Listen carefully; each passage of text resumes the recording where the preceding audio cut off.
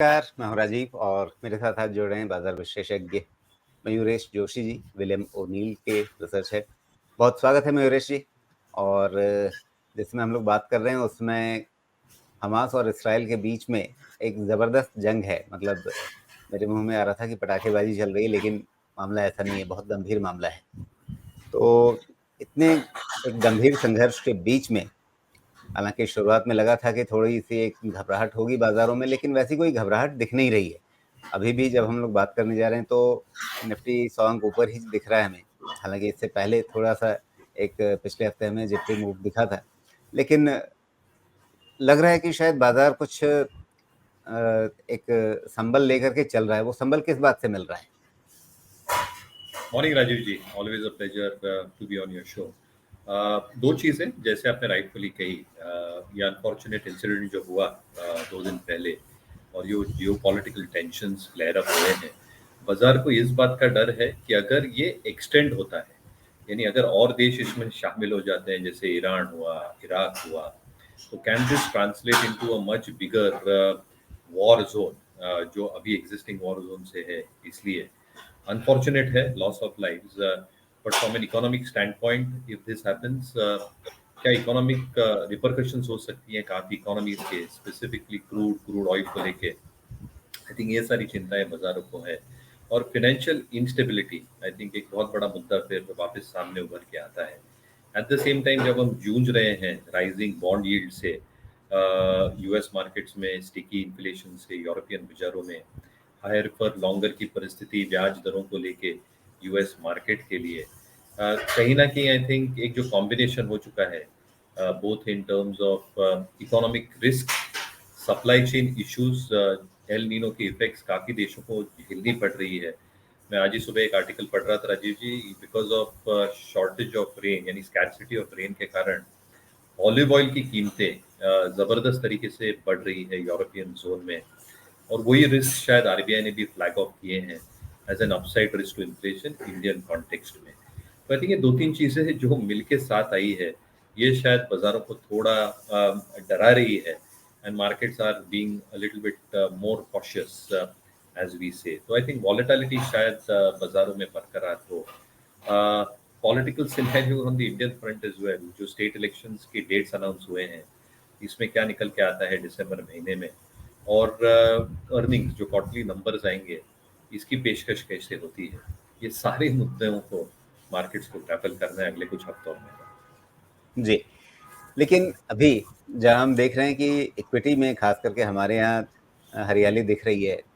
कई एशियाई बाजार भी हैं, वो भी हरे निशान में ही हैं। लेकिन दूसरी तरफ थोड़ा-सा पैनिक रिएक्शन हमें सोने में दिखा है, क्योंकि वहाँ पर एकदम से आप देखें 2-3 दिनों में काफ़ी एक चाल आ गई है। वैसे ही कच्चे तेल में अगर आप देखें तो वहाँ पे चाल दिखती है। तो ये क्या मसला है कि मतलब क्रूड में, गोल्ड में, वहाँ पर तो इस युद्ध का एक रिएक्शन है, लेकिन इक्विटी में नहीं है? नहीं, बिल्कुल। तो आई थिंक 2 चीज़ें जैसे मैंने कही, एक आई थिंक जो आउटसाइड रिस्क है क्रूड को लेके, अगर ये बहुत ज़्यादा एस्केलेट होता है तो बिल्कुल उभर के आ सकता है। दूसरा आप ये देखें, जो यूएस स्ट्रेटेजिक पेट्रोलियम रिजर्व्स हैं, जिसे एसपीआर्स कहते हैं, जो कुछ महीनों पहले ठीक-ठाक लेवल्स पे थे, वो अच्छे खासे डिप्लीट हो चुके हैं।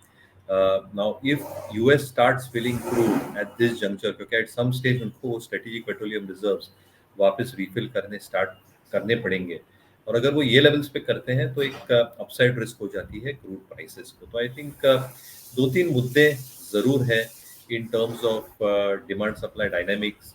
डिमांड अगर स्लोली एंड स्टेडीली इम्प्रूव होती है और सप्लाई कट्स जैसे ओपेक कंट्रीज ने कंटिन्यू करने की सोची है, that can have upside risk potential, जहाँ तक ब्रेंट क्रूड का सवाल रहा है।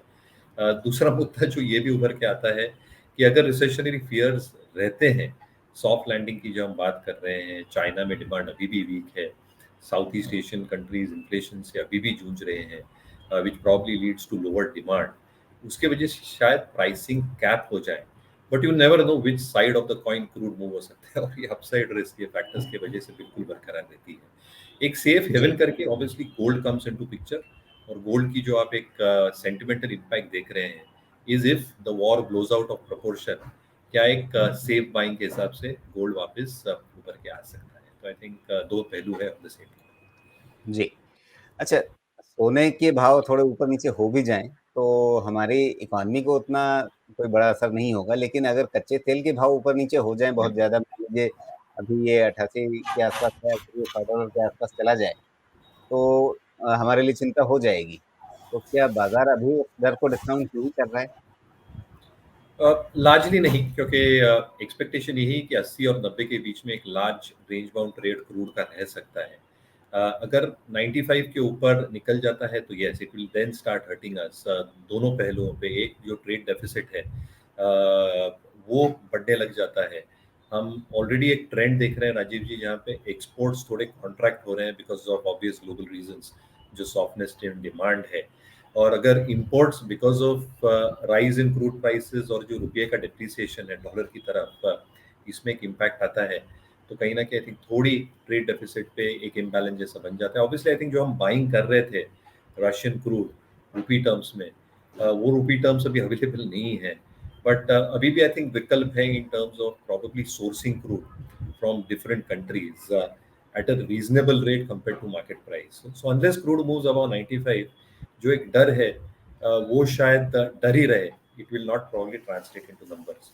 दूसरा, अगर ये 95 के ऊपर निकल जाता है क्योंकि इलेक्शन ईयर है, a large part will be absorbed by OMCs, तो गवर्नमेंट डेफिनेटली पास ऑन नहीं करना चाहेगी क्रूड प्राइसेस। स्टेट इलेक्शंस हो, जनरल इलेक्शंस आ रहे हैं 6 महीनों में, और उसका इम्पैक्ट थोड़ा मिटिगेट हो जाएगा ब्रॉडर इकोनॉमी की तरफ।